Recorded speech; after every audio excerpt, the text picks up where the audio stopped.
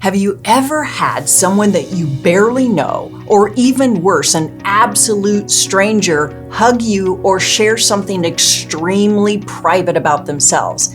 I think we all have, and it leaves us feeling uncomfortable. So what's going on with this awkward situation?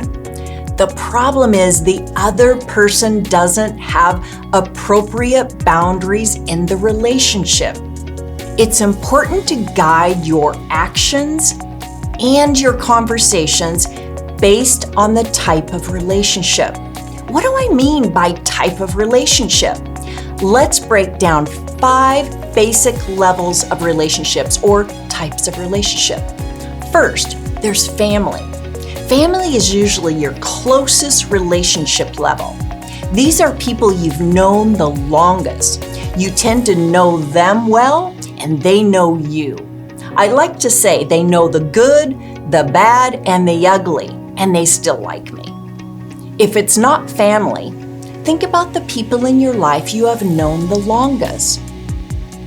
The second level of relationship in your life are the close friends. These are the types of friends you hang out with regularly and you have known for a while.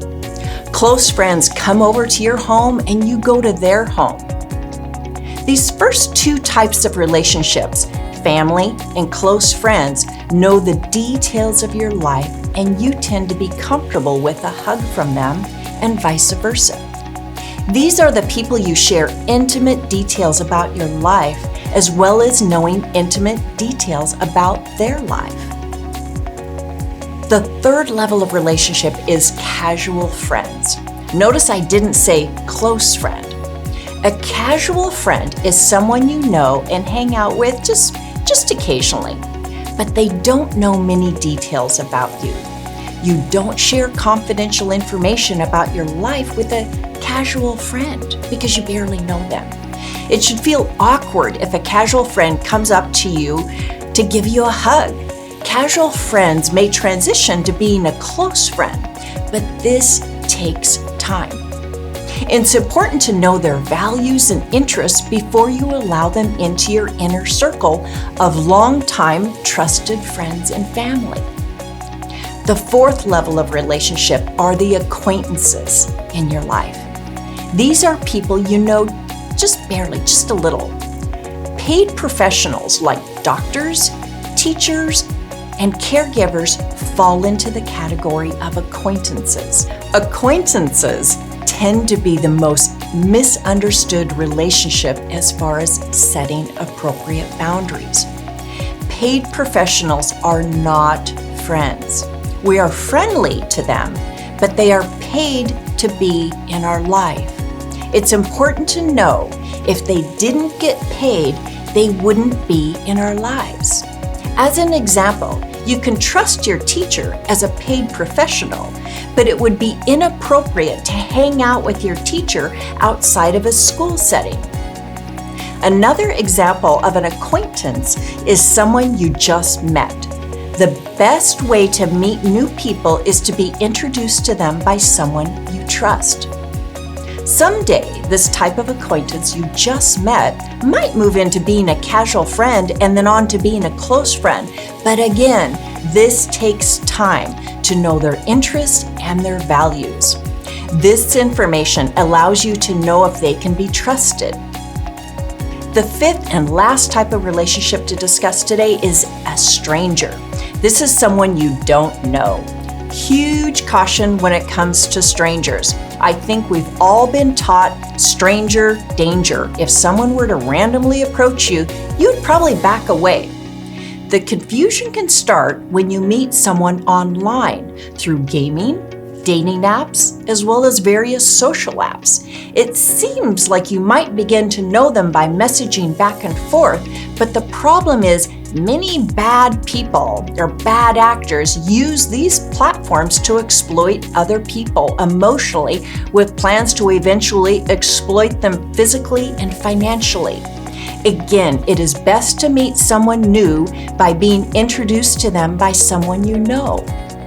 Although I don't recommend it, if you do meet someone online, it is so important to include a trusted friend or family member in this relationship. You do this by talking to a trusted friend or family member about this online relationship. If you're not comfortable talking to someone you trust, you're probably going down a wrong road. If you only know someone online, they're not a friend. At best, they're an acquaintance, so huge caution. You may have noticed in the 5 types of relationships we discussed, I haven't mentioned a boyfriend or girlfriend.